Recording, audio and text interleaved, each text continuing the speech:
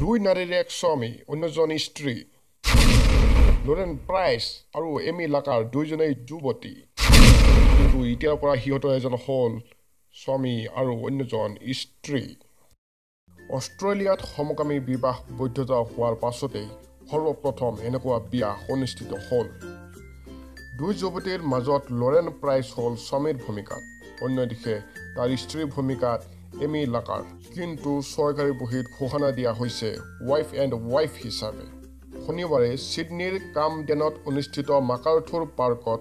সিহঁতক এই স্বীকৃতি দিয়া হয় সিহঁতে ৰেজিষ্ট্ৰি বহীত স্বাক্ষৰ কৰি হৈ পৰে প্ৰথম সমকামী দম্পতী জানিব পৰা মতে এই বিয়াত উপস্থিত হৈছিল ৬৫ জন অতিথি অষ্ট্ৰেলিয়াৰ ভোটত পাছ কৰা নিয়ম অনুযায়ী সমকামী বিয়াৰ অনুষ্ঠানৰ এক মাহ আগতে সংশ্লিষ্ট